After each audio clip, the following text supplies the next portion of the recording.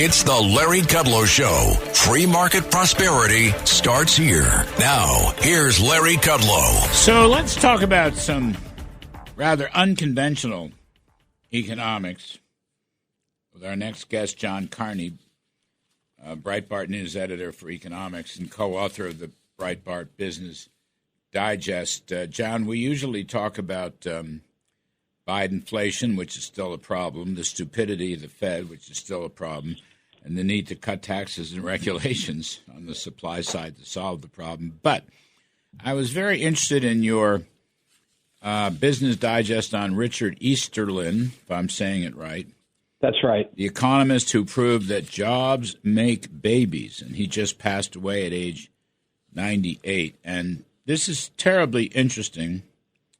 And what you're saying here is that jobs for young men, good, stable jobs, are the essential fuel for fertility. If you want more babies, you need more jobs. And I'll leave it to you to fill in the blanks. This is a heck of a piece. Right. So what Richard Easterlin looked into and discovered was what caused the baby boom. In retrospect, the post-World War II baby boom seems almost inevitable.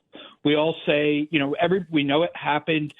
In our minds, a lot of times it's just associated with the idea of like people coming, the soldiers coming home from war and getting married. But it caught the social scientists at the time by surprise. In the 1920s and 30s, we actually had a very steeply falling birth rate, and people assumed that decline in fertility was permanent and that it would maybe, if not decline forever, then hit a very low plateau and stay low, and there was nothing that could be done. I mean, this probably sounds familiar to a lot of people because it's what we hear now. What Easterlin looked into was that when you have had a low birth rate in the past, what you have is a smaller group of people coming into the workforce. There's fewer, particularly young men, coming into the workforce.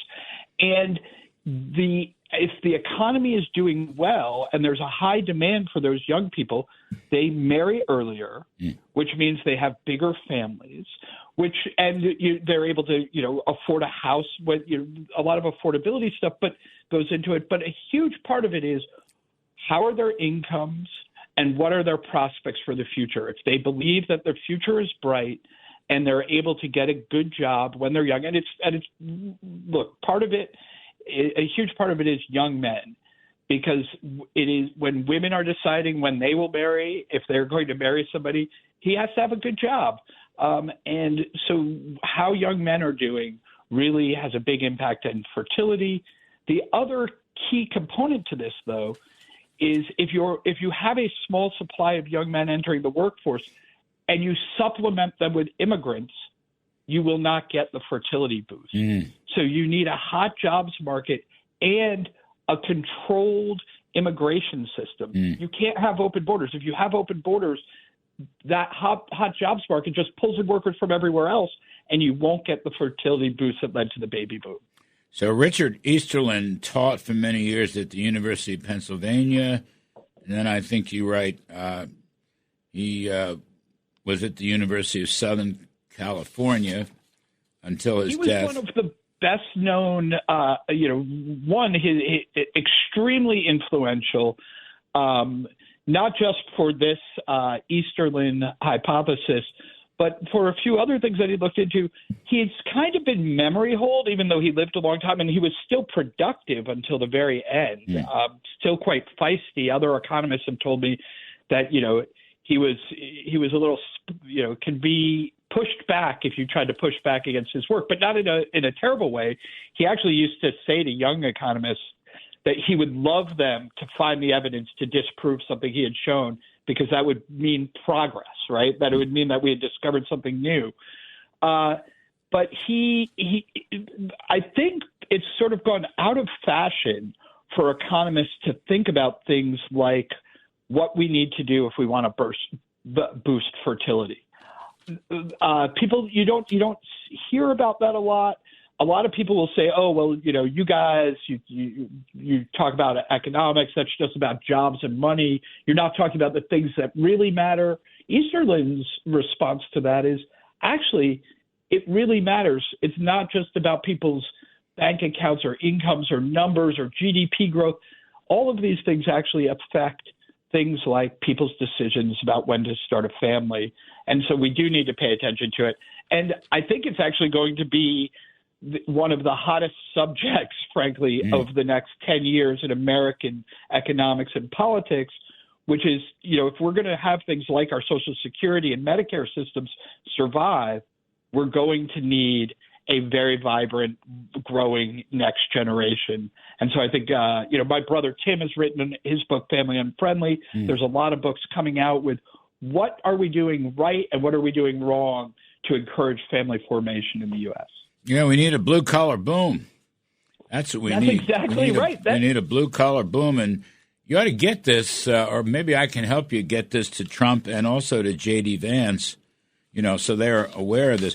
So I'm just saying, you're writing here, young men with steady paychecks became young husbands and fathers. And then you go on to say, let me look at this. His logic was blunt. If you flood the labor market with cheap competition, wages stagnate, and job opportunities for native-born young men diminish, without decent wages, early marriage and high fertility become pipe dreams. That's kind of where we've been, at least the last 4 years, if not longer. That's right. And it really discourages when young men cannot find very good jobs. And then it really discourages family formation.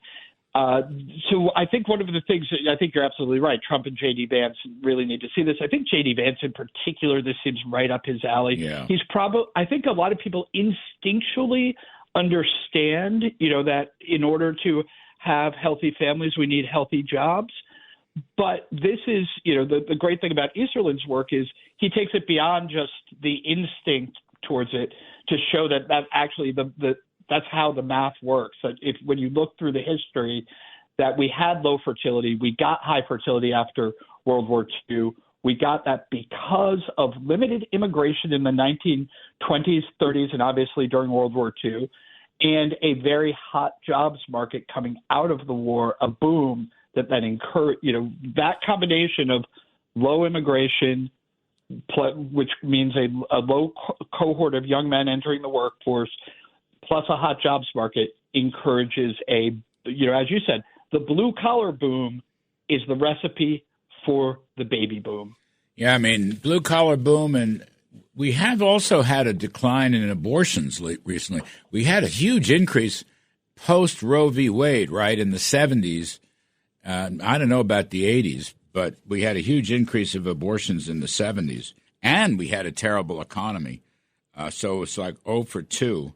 That's right. And Easterlin, what he said is like, look, when people will want to delay, a lot of abortions are unfortunately people attempting to delay childbirth till later in their life.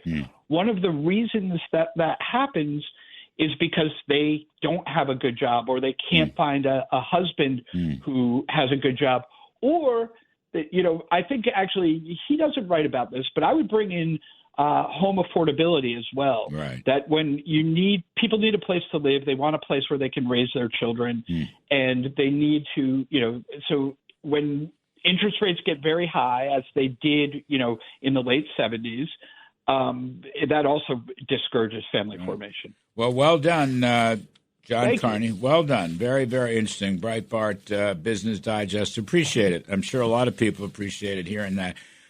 We will talk soon. Folks, we're going to take a quick break. On the other side, Bill Beach, former Bureau of Labor Statistics Commissioner. He's going to talk about the job cuts, and he's also going to talk about the debt ceiling, the dreaded debt ceiling. I'm Kudlow. We'll be right back. This is the Larry Kudlow Show.